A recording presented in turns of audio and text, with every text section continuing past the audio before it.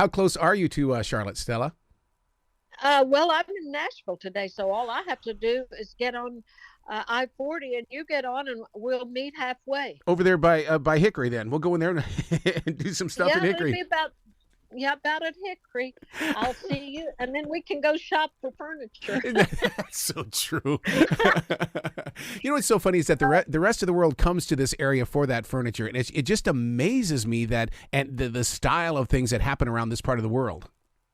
I know Hickory is one of the, in case people don't know what I was talking about, Hickory, North Carolina is one of the furniture manufacturing capitals of America, Yep. and they have great furniture there. And I've toured some of those factories over there, and it's pretty cool. So now, what are you doing up in Asheville? I mean that right there. That's the Hollywood of the East Coast. Are you talking about Nashville or Asheville? You're in Nash. That drive to Nashville. Get out of that traffic. Let's meet in Asheville instead. Well, that's kind of where I was thinking we might meet, but we better be talking about what I called you up today for, and that is the film Nothing is Impossible that is streaming on PureFlix Yep. Yep. today. I want to thank you for this movie because we need movies like this because what's happening is that the strangest thing about as we grow older, we all carry that weight of our 20s and 30s and stuff like this. And this movie proves nothing is impossible, that you can move through your storms and you don't have to carry that weight. I agree. And I think the biggest part of this movie for me, the inspirational part, is hope. Scott Beck never gives up hope on himself or anyone else. He's just so patient and continues to have faith, even though he questions himself at times. He continues to have faith. And because of that, and because he's willing to walk it out, his dreams come true bigger than he even imagined. Yeah, because I'm going to get religious here for a moment because it is a faith-based movie. When you put God first, things happen. And if you always keep God first, things happen. I agree. And sometimes what we think is our greatest desire may not be what God has planned for us. And so we have to be willing to step back and say, okay, God, this or something better. I use that mantra a lot in my life and have being in the creative arts. God, this or something better. Therefore, I can shut the door on a disappointment and move into the next possibility. So, what was it like to work with Matt as a director? Because it starts with his vision, and then he makes sure that each picture and each frame becomes a part of a storyline that people can tap into. You know, as the director, I thought Matt was so empathetic to each one of the characters, and he put me at ease. He was very supportive and complimentary. And I've worked with a lot of different directors over the many years of my career, but Matt was just so awesome in every aspect of the word as a director. The entire ensemble, everybody that's involved looks like that you guys really all got along and did a lot of laughing off the set. And there's just something magical about this movie that I kept just sitting there just watching it and feeling it. When you can feel a movie, something's very right. I agree. I just thought it was just being on the set. As when we drove away after my work was finished, I told Michael that works with me, I said, wasn't that a great experience? Everyone was so kind, so supportive, and so good in what they were doing, from the director, the rest of the crew, and the cast. And actually, one person like that can ruin a production, but this production was so sweet and so rewarding for all of us. Yeah, one of the reasons why I connect with this movie is because I believe in the mantra that, take your mistakes and turn it into a tool. And that's exactly what Scott does with this, is that he turns it into a tool, and all of a sudden it starts affecting the other people around him. I agree. And just his faith, walking out his faith, and under all kinds of circumstances, he still stayed true to himself. And I think I try to do that in my own life, because we all have struggles. We've all been in need of forgiveness and second chances, and that's what this movie teaches us. And for listeners that are tuning in and stuff like that, I want them to understand that this isn't one of those where it's going to make you feel guilty. No, you're going to feel fulfilled. That's the thing about it. There's no guilt trip in this at all. Oh no, and there's plenty of opportunities to laugh at just the Yeah. silliness of humanity, because we're all funny and silly, and I believe God had a very good sense of humor when He created humankind. So if we start taking ourselves too serious, I think we've missed the point altogether. Well, and look at how you've listened to the calling of the universe and God. I mean, you've got 40 albums, 3 cookbooks, a memoir. I mean, tell it, sister, tell it. This is a book that has a continuation. Are you gonna get re-release this with more of your life? Absolutely, and that's what's the good part of the life journey, is now I've lived another decade and a half probably of life.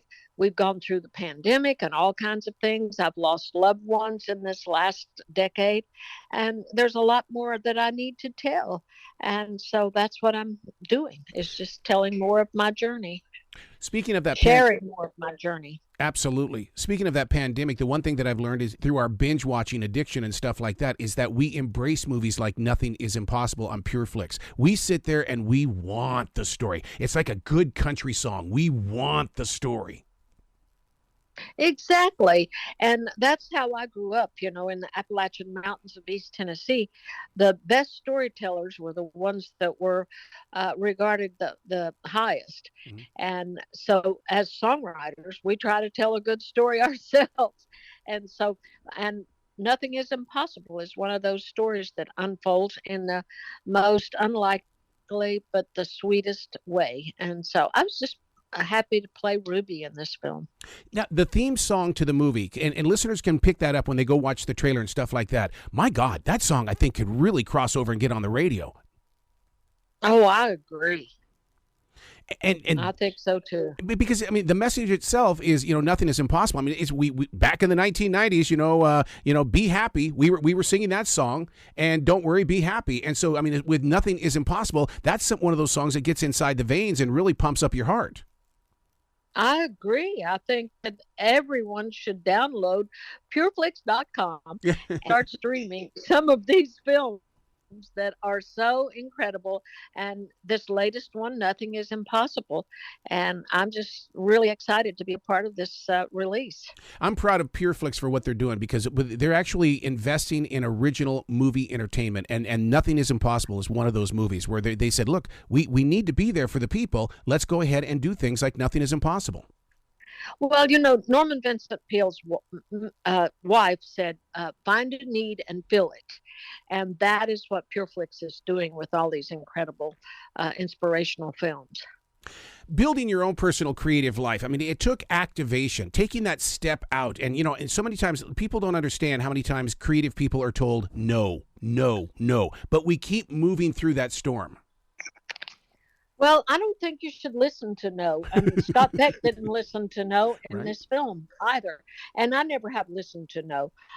No, just to me, is a challenge. Yeah. It's not final. It's just a temporary answer, I, and so I've always felt that way and always conducted my life that way, because if God can give me an idea, then He can give me the knowledge and the ability to walk it out. Speaking of those God ideas or God winks, as they call them, does it come to you through daily writing or anything like that? Because I do a defrag journal and I do a regular morning journal, and I mean it's I go there to listen, to feel what is my calling today. I have done that. I've been a Bible reader since I was 10 years old every day, but I used to journal every day. Like I would do anywhere from 3 to 6 legal pad pages a day. And I think I excavated a lot of stuff that needed to be excavated. And so, with that and prayer, I feel like I get my day started just right. Do you find that when you do write like that, even with a song, that you put your focus on the future listener or the future reader? Because with a song, I mean, I love it that the millennials as well as Generation Z are discovering music that is 20 and 30 years old. I'm going, yes, that's what it's all about.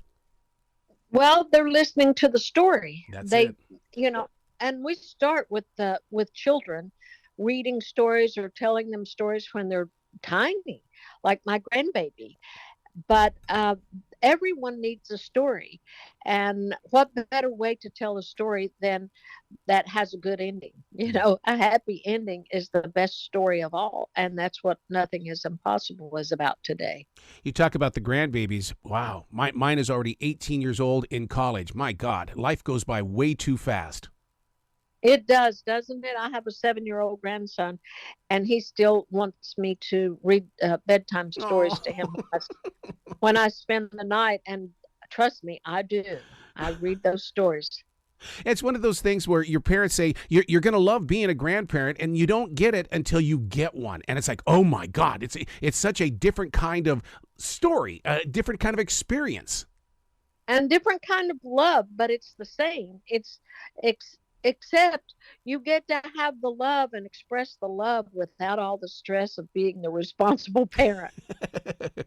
Now back to Scott Beck. He's 40 years old, and I tell you, I had kind of a giggle moment when it was first unveiled that he wanted to play basketball. I thought, come on, dude. But then I was like, oh, wait a second. If you can do it, so can I. And so what in Ex- your life would you like to one day try because Scott Beck inspired you?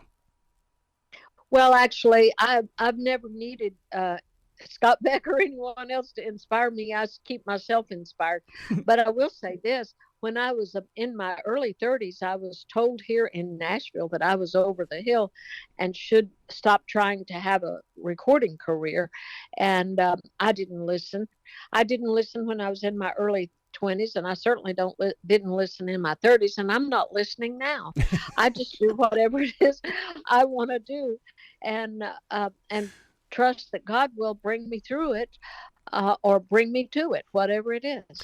I love the way that God works with confidence. It's not that we're conceited. It's not that we're really into ourselves. No, we're doing exactly what we were designed to do.